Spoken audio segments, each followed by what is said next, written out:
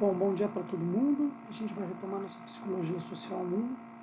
Lembrando que a gente está discutindo aqui, nas nossas últimas exposições, uma questão muito importante para a ciência psicológica, né? Como a nossa subjetividade é formada.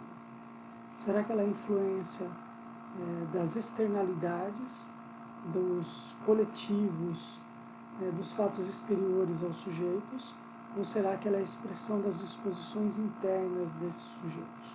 Será que a gente é influenciado pelo meio? Ou será que a gente já nasce com as nossas características e elas simplesmente são expressas nas nossas convivências? A gente viu isso a partir de dois contextos. O primeiro, o francês, com Gustave Le Bon e com Émile Durkheim, que apostavam mais nas expressões externas para a modalização dos fatos subjetivos. E depois a gente viu a tradição anglo-saxônica do Darwin, que muito vai influenciar os Estados Unidos, essas concepções, que é a ideia do inatismo. Então essa é a discussão de base da psicologia social. Nós somos frutos do inatismo ou somos frutos do ambientalismo. É nessa tensão que a gente vai discutir a constituição da subjetividade.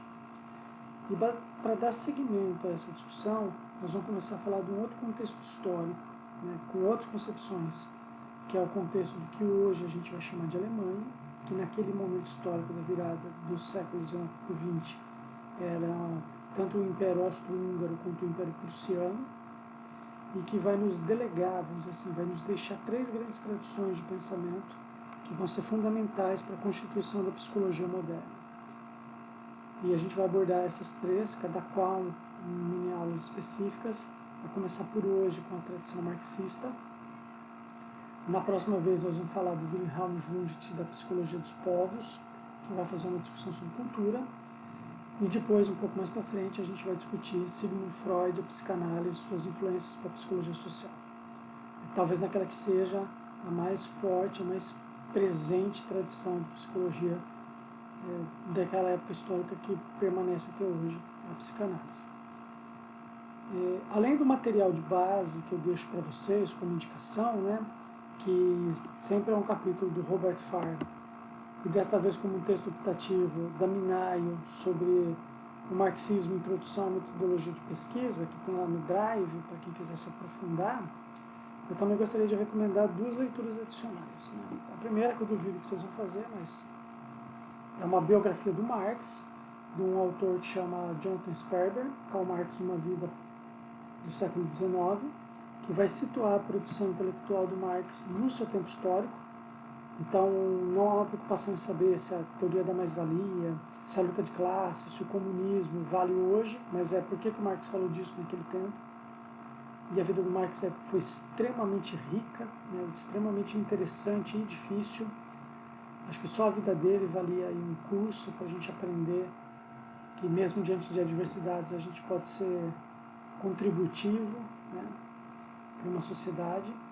Então vale a pena vocês procurarem alguma coisa sobre a vida do Marx. E uma indicação mais pontual, mais fácil, é no livro Psicologia Social, Perspectivas Psicológicas e Sociológicas, que também tem no Drive. É uma parte do capítulo 1, Desenvolvimento das Ciências Sociais na Alemanha, tem 12 páginas, 13 talvez, que vai falar então um pouco do qual era o contexto histórico na Alemanha que permitiu uma discussão sobre psicologia social e formação da subjetividade. Vamos fazer algumas ressalvas antes de falar o que nos interessa como psicólogos, como legado da obra do Marx. Primeiro, Marx não era psicólogo. Marx era um filósofo da economia e um jornalista. Isso quer dizer o seguinte, que não há nenhum livro do Marx que ele trate exclusivamente sobre subjetividade.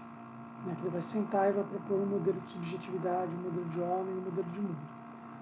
O Marx até vai fazer isso em momentos específicos de algumas obras, cuja preocupação maior é pensar o desenvolvimento da economia.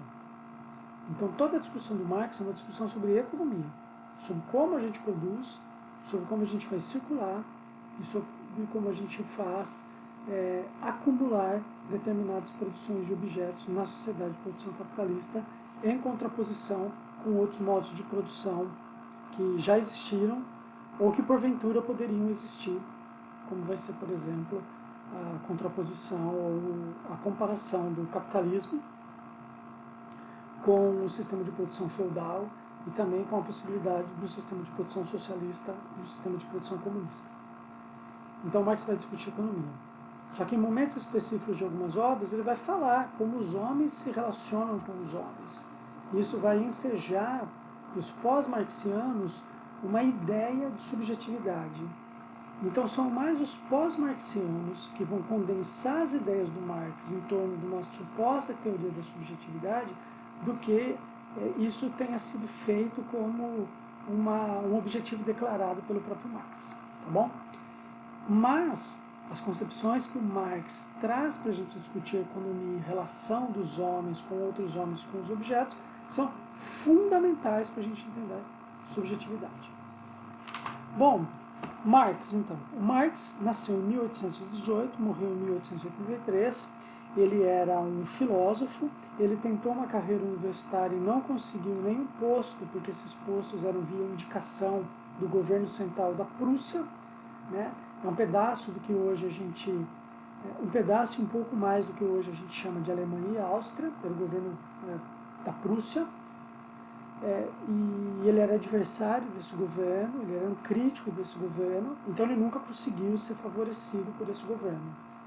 E devido a perseguições políticas que ele sofreu por conta dessas críticas, ele teve que se exilar na Inglaterra, ele passa grande parte da sua vida na Inglaterra, em condições muito difíceis, como editor de jornal e como escritor de teoria econômica. E recebeu sim, naquele momento da sua vida, muito auxílio do Engels, que é um dos seus principais contribuidores de obra, parceiros de existência. Mas é bom que se diga que o Marx nunca foi financiado pelo Engels, o Marx foi financiado pela Organização Internacional dos Trabalhadores. E o Marx trabalhava, né? Ele tinha lá o seu jornal e ele escrevia livros pelos quais ele recebia. Só que se não fosse a ajuda da Organização Internacional do Trabalho, também ele morreria de fome. Isso é importante dizer porque geralmente o Marx é acusado de ter sido um grande vagabundo que não fazia nada e era subvencionado pelo Engels, o que é mentira, basta ler a biografia. Boitempo Editorial este ano está lançando 2 novas biografias, uma do Marx e uma do Engels, que parece que são muito interessantes. Então, são menores do que essa que eu mostrei. Então, quem tiver interesse, o que não falta são fontes para pesquisar. Mas vamos voltar a falar do Marx. O Marx, então, para a gente entender a localização histórica da obra do Marx, a gente precisa dar 2 passos atrás. Um passo na própria filosofia e um passo na própria economia. Primeiro, vamos fazer um passo muito rápido. Eu não sou filósofo de formação, a minha pretensão não é ensinar filosofia para vocês, mas é necessário localizá-los, contextualizá-los filosoficamente para entender o que o Marx fez de diferente, né? A gente vai chamar a produção da filosofia alemã na época histórica do Marx de os ideólogos alemães. Os filósofos alemães eram chamados de ideólogos. Por que eles eram chamados de ideólogos? Porque a gente tem que voltar quase 100 anos na história, a partir de Marx, lá para o começo, para meados do século XVI, para entender que um dos principais filósofos que existiu na Alemanha e propôs alguma coisa interessante como própria daquele contexto social foi o Immanuel Kant. O Immanuel Kant, que viveu de 1724 a 1804, ele escreveu muita coisa interessante, mas o grosso da sua obra pode ser entendida como um idealismo transcendental. O que isso quer dizer? Quer dizer que, apesar do mundo externo fazer influência na subjetividade do sujeito, todo ser humano nasce com algumas características psicológicas básicas. O Kant não vai discutir biologia, não vai discutir nada disso, mas ele vai dizer que todo ser humano, simplesmente por ser um ser humano, vai nascer com determinados conteúdos equivalentes e similares a todo e qualquer outro ser humano, independente de onde esse ser humano nasceu. E esses conteúdos geralmente são obrigações e deveres morais. Então é como se nós nascêssemos, segundo Kant, com conteúdos naturais, ahistóricos e acontextuais. Então eu nasço com o valor de honestidade, de obrigação, de amor ao próximo, e o índio Nambiquara também nasce assim, o japonês também nasce assim, e o italiano nasce assim, e sempre foi assim para os seres humanos. E o Kant vai desenvolver sua obra, então, a partir desse imperativo categórico do dever moral, que é próprio de toda a humanidade. A ideia básica é essa do Kant. A ideia de que nós nascemos com determinados valores que levam a determinadas ações. Prestem atenção, e é isso que nos importa, com a ideia de que nós nascemos com determinadas ideias para as quais são atribuídos valores e das quais decorrem ações. Nós nascemos com ideias.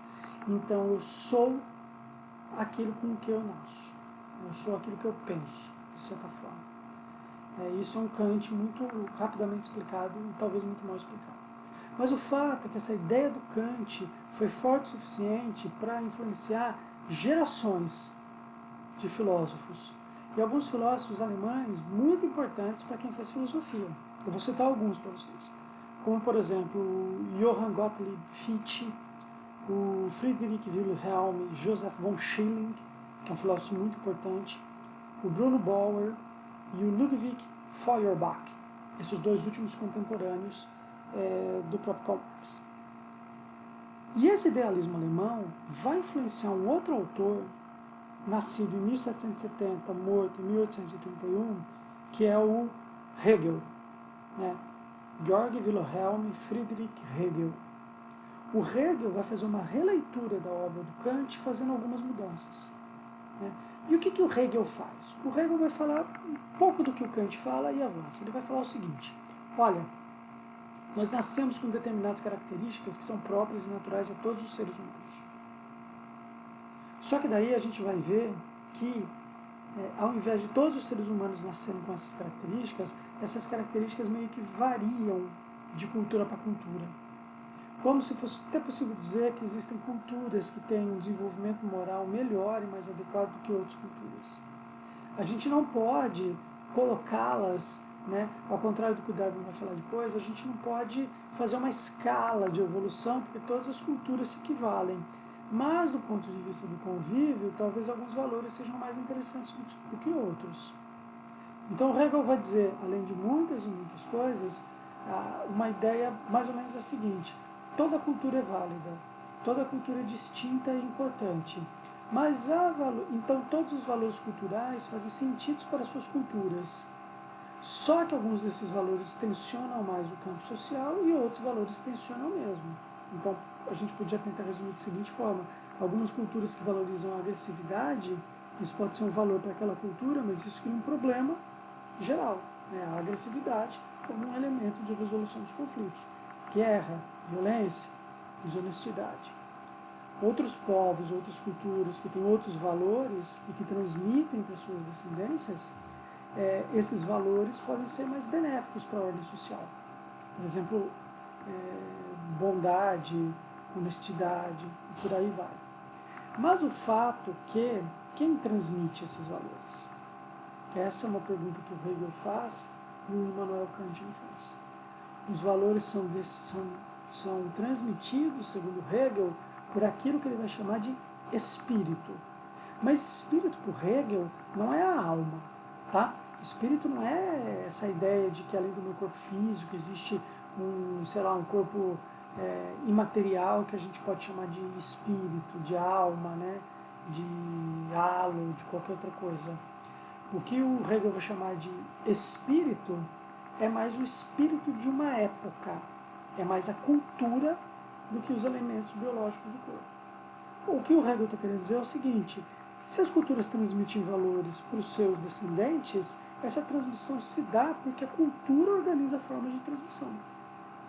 Então os sujeitos são ensinados a terem esses espíritos e esses valores.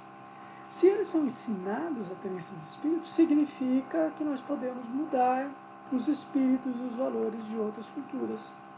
Ou seja, não tem nada de natural, natural equivalente ao biológico. Talvez um naturalizado, mas não um natural. Então significa que a gente pode interferir na transmissão desses valores, porque a gente pode tentar capturar o espírito de uma época, essa expressão é muito corriqueira, o espírito de uma época, os valores majoritários de uma época, que podem ser organizados por vias da transmissão cultural. Então veja, o Hegel tenta juntar, de certa forma, não que ele tenha feito isso propositalmente, mas ele tenta juntar a ideia de uma certa natureza humana ou a transmissão da cultura. E o Hegel vai avançar no seguinte sentido. Ora, os valores de uma cultura, e isso não foi o Hegel que inventou, ele vai capturar em outros filósofos, mas é ele que vai expressar isso de uma maneira mais didática. Ele vai dizer que todos os valores, todas as representações, todos os ideais de uma época, eles estão sempre em confronto com outros. Como assim? Né? Pensem na ideia de amor. Como é que você pode falar que você ama alguém? É porque você não ama outras pessoas. Né?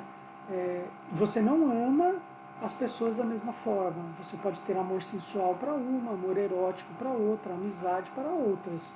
Mas para outras você vai ter ódio, rancor, desprezo. Então existe o amor e existe o não amor. O que não quer dizer que é amor versus desamor. Existe amor e não amor. Como é que você pode dizer que você é um sujeito honesto? É porque existem pessoas que não são honestas. Então existe honestidade e não honestidade. Mas quem decide o que é honesto, o que é desonesto, não honesto, o que é amor, o que não é amor? Não é o sujeito individual, é a cultura. Então é o espírito da época. Então esse espírito da época, ele não é uma massa uniforme apresentada ao sujeito. Esse espírito de época é o confronto entre valores. A gente podia pegar um exemplo muito mais bobo, né? E talvez por isso ele seja o melhor de todos. Branco e preto. Por que o branco... Por que você fala que uma coisa é branca? Porque existem outras coisas que não são brancas. Por que você fala que uma coisa é preta? Porque existem outras coisas que não são pretas. Então você só consegue fazer uma aferição de valor, de conhecimento, de afeto, porque existe um complementar opositor àquilo que você está se fiando, qualquer que seja. Por que você pode dizer que existem homens numa sociedade? Porque existe um tanto de outros indivíduos que são não homens. São mulheres, são, sei lá, trans, qualquer outras coisas. Veja, mas é um par de oposição. Par de oposição. Para esse par de oposição que movimenta a história, o Hegel vai dar o nome de dialética. Chegamos ao ponto importante. Vejam, se para Immanuel Kant a história é um bloco maciço de valores que vão sendo transmitidos, e aqueles que não têm esses valores transmitidos é porque eles têm algum tipo de problema muito sério que deve ser enfrentado, o Hegel vai dizer que esses valores são transmitidos com possibilidades de mudança porque existe conflito. Então essa suposta naturalidade que o Immanuel Kant falava é uma naturalidade histórica. Então não é uma naturalidade, é uma naturalização. Então o Hegel, ao contrário do idealismo alemão, vai falar que o que importa para a formação de subjetividade é a história e o conflito dos pares de opostos dos valores que nos servem de referência para a constituição da nossa subjetividade.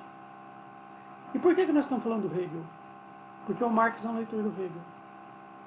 Então o Marx, ele vai ler Hegel e vai capturar do Hegel a ideia da história e a ideia da dialética, do confronto, que nós já vamos esmiuçar daqui a pouco.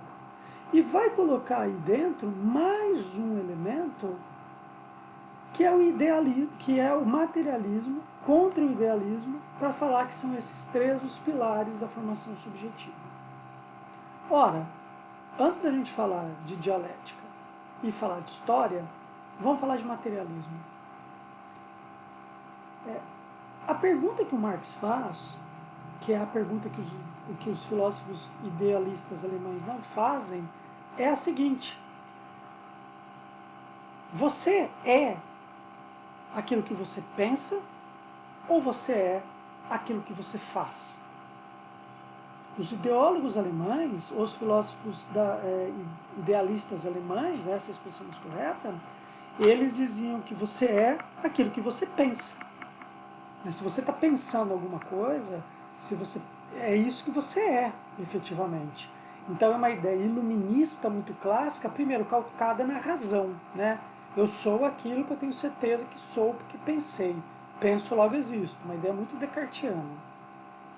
Então isso elide toda uma discussão de que também nós somos formados por elementos que não pensamos, que nos atravessam, que o Freud depois vai formalizar como inconsciente, mas que isso já vai aparecer na obra do Marx. Né? Muito daquilo que a gente não domina, não sabe, nos forma. A gente vai falar disso já já. Voltamos à pergunta: você é o que você pensa ou você é o que você faz? Vamos para um exemplo para isso ficar claro. Imagine você, jovem universitário, homem ou mulher, que estava lá na sua cidade de origem, passou, né, na seleção da UFTM e mudou de cidade para vir estudar psicologia. E lá na sua cidade de origem, você namorava, certo? E aí toda vez que você volta de final de semana, você pergunta para o seu parceiro ou para a sua parceira: você me ama? E o seu parceiro ou parceira responde: sim, eu te amo. Você me ama mesmo? Claro que eu te amo. Aí passa um tempo, você descobre que, menos aos finais de semana e em todas as oportunidades que você não tivesse nessa cidade de origem com o seu parceiro amoroso, esse parceiro amoroso te traía. Toda oportunidade que ele tem, ele pula a cerca. Mas quando você pergunta para ele: você me ama? Ele responde: claro que eu te amo. Então o que vale? Vale o fato dele falar que te ama, apesar de te chifrar reiteradamente? Ou será que vale o fato dele te chifrar? Para o Marx, o que mais vale é o que ele faz, não o que ele pensa. Porque, olha, a solução é simples, né? Se ele ficar te falando: eu te amo, eu te amo, eu te amo, e você nunca souber disso, das traições, aparentemente isso não é um problema. Mas é a hora que você fica sabendo das traições. O que vale? Vale ele falar que te ama e continuar te traindo? O que vale mais, então? O que ele pensa e te fala ou o que ele efetivamente faz? Para o Marx, o que vale efetivamente é o que a gente faz. São os nossos atos. Então não adianta alguém dizer, fala que te ama, se essa pessoa te trai ou te bate. Que amor é esse? Se o amor é igualdade, se o amor é respeito, passar a perna não é amor. Então você está sendo enganado. Do que vale um político, por exemplo, que fala que é honesto, mas que na surdina rouba o dinheiro público? Mas quando ele vai para a televisão, ou vai para a rede social, ele fala: eu sou honesto, sou honesto, sou honesto. Aí pipoca um escândalo de corrupção. O que vale? Vale o que ele fala na televisão, na rede social, ou vale o que ele faz efetivamente? O que vale com você, jovem universitário, quando você fala, por exemplo, para os seus pais: pais, me manda dinheiro que eu preciso comprar um livro, né? Tá difícil. E aí você pega essa grana e torna numa festa universitária. O seu pai fica imaginando lá na sua cidade: estou aplicando no conhecimento do meu filho, né? Então vale o que você fala para o seu pai, o que você pensa, ou vale o que você faz? Para o Marx, o que vale mesmo é o que você faz. É claro que o que você pensa é importante, mas não é o suficiente. Mais importante do que você pensa, ou supõe que você pensa, o que você acredita, o que você fala para os outros, mais importante do que essas representações são seus atos. É isso que o Marx está chamando, pautado no Hegel, de materialismo. Materialismo ou são as nossas ações, os nossos atos que incidem na realidade. São nossas ações que são mais importantes que os nossos pensamentos, que os nossos valores. Vamos pegar outro exemplo? Você é a favor do direito das mulheres? O que você está fazendo para as mulheres terem direitos? Você é contra esse governo corrupto e autoritário? O que você está fazendo para esse governo não ser corrupto e não ser autoritário? Vejam, é legal que você, a hora que deita na tua cama, fala assim: meu Deus, né? As mulheres precisam ter direitos, senão elas vão ser espancadas, a misoginia, a trans, homo, lesbo, queerfobia, né? Isso é importante. Mas o que você está fazendo para as mulheres, os trans, os queer, as lésbicas, os gays terem direitos?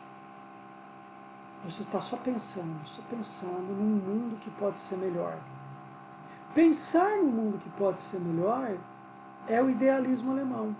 Fazer algo para que o mundo seja melhor é o materialismo marxiano. Então, resumindo, materialismo Marx equivale à ação. a consequência e as incidências das nossas ações na realidade, e não só o que a gente está pensando. Porque ficar só pensando também leva a uma ação de não fazer nada.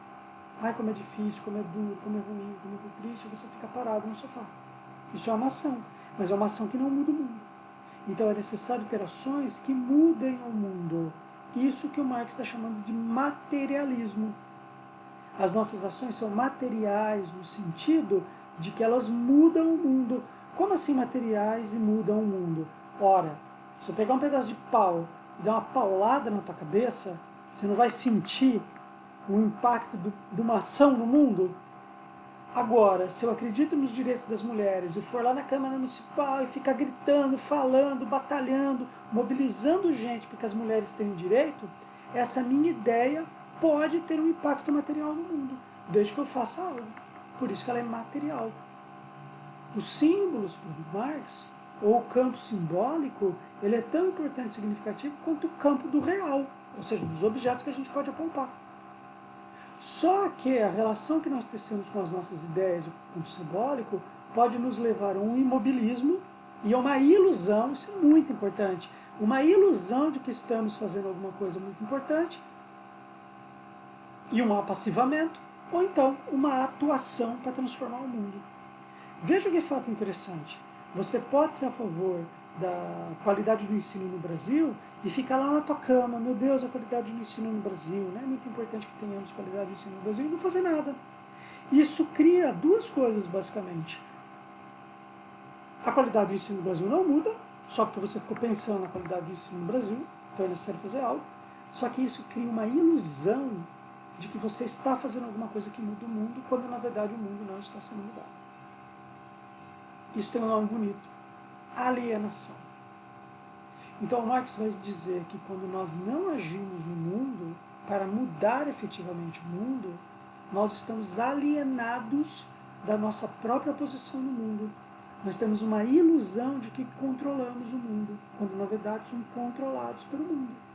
Por isso que é importante conhecer e fazer as coisas no mundo. Conhecer não basta, é necessário fazer. Materialismo. Por que ele é histórico? Porque os valores de uma determinada sociedade podem mudar nessa mesma sociedade ou podem ser diferentes em relação a outra sociedade. Por exemplo, ser homem. O que é ser homem? Ser homem é ter um pênis? Ser homem é ser bravo? É ser agressivo? Ser homem é ser racional? Ser homem é resolver os conflitos por meio das brigas? O ser homem é saber respirar fundo, engolir os sapos e ser ponderado? Houve momentos da história que ser macho, ser homem, era pegar uma foice, era pegar uma espada e malhar na cabeça de outro homem para resolver um problema. Hoje, ser homem é respirar fundo, procurar um bom advogado e resolver os problemas na justiça. Antes, ser homem significa trabalhar, levar o dinheiro para casa e, a hora que chegasse em casa, colocar o pé no sofá, abrir uma cerveja e assistir futebol. Esse era o meu papel de homem. Hoje, ser homem é ter um trabalho, é dividir as decisões com a esposa e com os filhos, é educar os filhos, é saber lavar roupa, passar roupa, cozinhar, fazer um monte de outras coisas que antes não era esperado dos homens.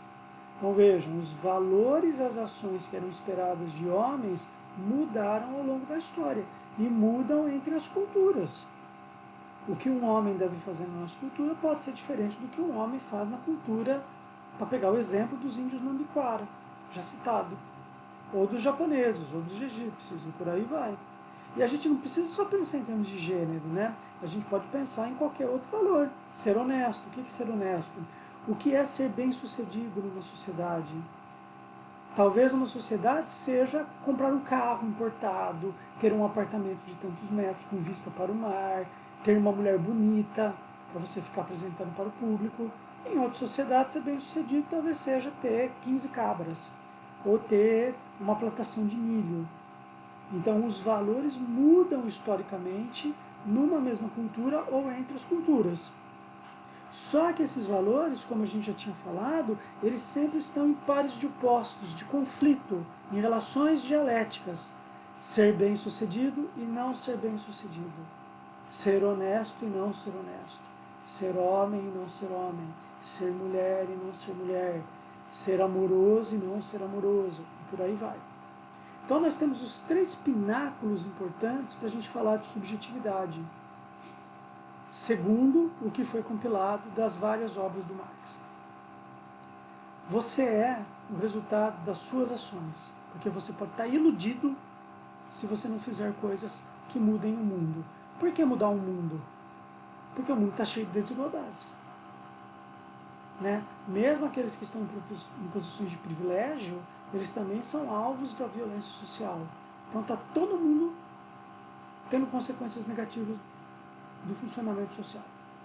Então, o primeiro fato, nossa subjetividade é resultado e é, por si só, um ente material, materialismo. Somos o que fazemos.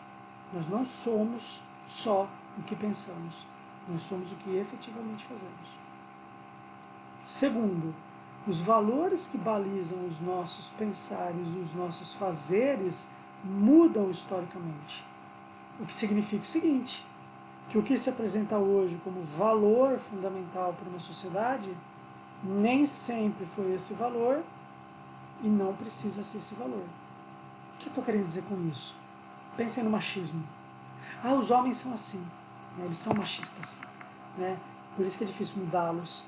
Eles sempre foram assim. Será? Ou será que esse é um valor que foi incutido em determinados grupos sociais e que sustentam práticas? Mas se é um valor que foi incutido em grupos sociais, ele pode ser desmontado. Então a gente pode mudar a história. Pelos nossos fazeres materiais, nós podemos ser agentes históricos de mudança. Nós podemos corrigir distorções sociais, desigualdades sociais, machismo, sexismo, misoginia, apostando no valor que essas mudanças podem ter. Mas a gente só vai mudar se nós fizermos alguma coisa para mudar. Organizar a escola de outra forma, organizar a educação de outra forma, cobrar os homens de algumas coisas que eles não querem fazer, cobrar as mulheres de coisas que elas não querem fazer. Só que essa cobrança pela mudança por meio de atos gera o quê? Fico imaginando a minha avó chegar para o meu avô, que trabalhava com marcenaria, das 6 da manhã às 8 da noite, arduamente falando. E aí ele chegava, jantava e ligava o rádio. E o mundo não existia.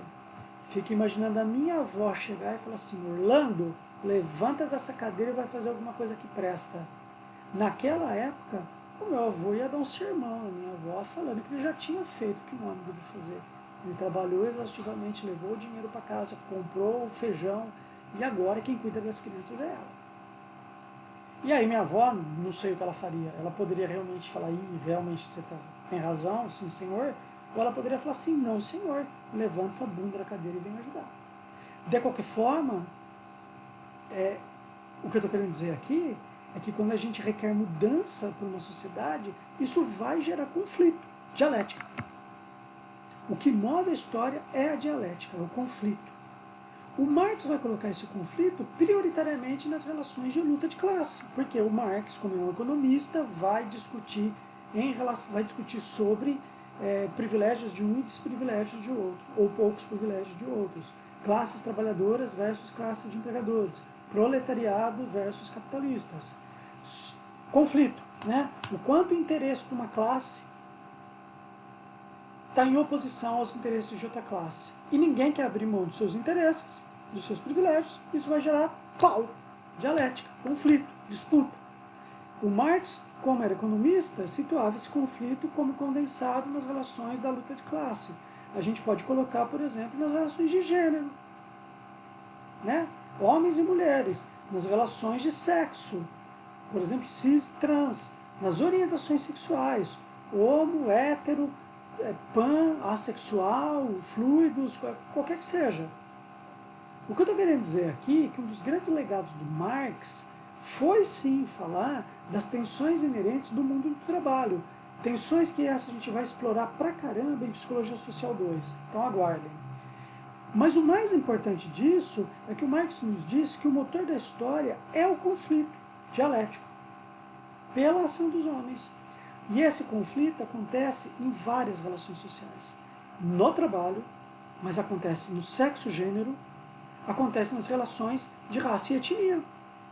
E apesar do general Mourão dizer que no Brasil não existe racismo, né, vai passear no Carrefour para você ver o que acontece, para pegar o exemplo recente. Então vejam, conflitos como motores da história. São os conflitos, são as disputas que fazem uma sociedade permanecer a mesma ou uma sociedade mudar radicalmente. É isso que o Marx está chamando de dialética. Então são os conflitos, as manutenções, as alterações desses conflitos na história, motivadas pela inação ou pela ação dos homens, que formam a nossa subjetividade. Do que resulta, segundo esses postulados marxianos, do seguinte: nós somos o resultado das nossas ações e nós podemos mudar o que somos por via da socialização e da disputa. Nós não somos o resultado das pressões interiores somente, biologicamente organizadas, e não estamos fadados a termos os valores que nos apresentaram hoje pela história. Então não é porque você teve uma educação sexista que você está fadado a ser um sexista. Você pode, com muita dificuldade, mudar alguma coisa. Não estamos falando de uma transformação radical, mas nós estamos falando de uma possibilidade de mudança. Nós não estamos falando, vamos ser realistas nesse momento, nós não estamos falando que um homofóbico vai sair dando a mão, né, para os trans na rua depois de passar por um curso de formação não homofóbica. Talvez até isso aconteça. Mas talvez ele não se junte mais em grupos para bater em sujeitos homo na rua. Ou ele não seja, vamos dizer assim, ou ele pare de fazer piadas de cunho homofóbico em determinados espaços. Isso já é transformação social. Então é esse modelo de subjetividade, pela ação, visando transformação, para tentar, pela disputa para corrigir transformações sociais, que nós podemos colocar sobre a pecha desses três nominhos: materialismo, histórico e dialético. Só que também é importante saber que o Marx nunca escreveu essa expressão desse jeitinho: materialismo, histórico e dialético. Em alguns textos ele falava de materialismo, em alguns textos ele falava de história, em alguns textos ele falava de dialética. Depois os marxistas, né, que leram a obra completa do Marx, que foram fazendo essa junção. Por quê? Porque o Marx era economista, ele não era psicólogo. Tá? Ele não queria fazer uma teoria da subjetividade, ele queria fazer uma teoria econômica, como fez, mas valia, né, a teoria da troca. E por que o Marx faz essa discussão da necessidade da gente mudar o mundo? Porque na época do Marx, as grandes correntes de economia eram correntes liberalistas, principalmente o Davi Ricardo e o Adam Smith. A ideia de que assim, você vai vencer na vida se você tiver esforço pessoal, é só isso que conta. Independente de onde você nasceu e quais foram as suas influências, se você tiver vontade, força de vontade, você vai vencer na vida. O Marx vai questionar. Ele vai questionar assim: é claro que as ações são importantes. O Adam Smith e o Davi Ricardo estão corretos. Se você ficar sentado na tua casa, comendo pipoca, assistindo Game of Thrones, o mundo não vai mudar. Mas é diferente de você ter nascido na alta burguesia, na nobreza, ou então no proletariado. As oportunidades que você vai ter vão ser totalmente diferentes. Então a história conta. A história não é um ente fora de influências. Ele é o principal ente de influências. Então é necessário a gente ter conhecimento sobre os fatores históricos que nos formaram, para a gente não ter a ilusão de que a gente está sozinho, que a gente se faz sozinho. Bom, algumas indicações de leitura assim não, de referências de obra do Marx são importantes para vocês saberem, antes da gente finalizar. Em 1844 ele vai escrever os manuscritos econômicos e filosóficos. Em 1845, a ideologia alemã. Em 1848, o Manifesto Comunista. Em 1867, ele vai escrever o primeiro volume do O Capital. E ele vai morrer em 1983. Em 1985, vai ser publicado, né, o segundo volume do O Capital. em 1894 o terceiro volume de O Capital e em 1905 o quarto e último volume de O Capital. Né? Vocês têm que ler essas obras do Marx? Tem. Né? Se vocês quiserem entender de marxismo, vocês têm que ler. Mas, para a psicologia, que talvez o texto mais interessante da própria lavra do Marx para entender um pouco esses aspectos sejam os manuscritos econômicos e filosóficos. O que eu tentei apresentar para vocês aqui hoje é a ideia de que, e nós vamos fazer isso no Psicossocial 2, que a gente vai discutir trabalho e processos de produção, seus impactos para a subjetividade. Para esse momento, o que é importante é a gente entender que, para o Marx, a ideia de que nós devemos fazer as coisas no mundo para que e ficarmos alertas, conscientes das consequências desses nossos atos no mundo, porque senão a gente fica numa posição alienada. E quando a gente fica numa posição de desconhecimento de como a nossa subjetividade é formada, como o mundo funciona, isso não significa que a gente é livre. Pelo contrário, isso significa que a gente está mais à mercê de decisões tomadas por outras pessoas.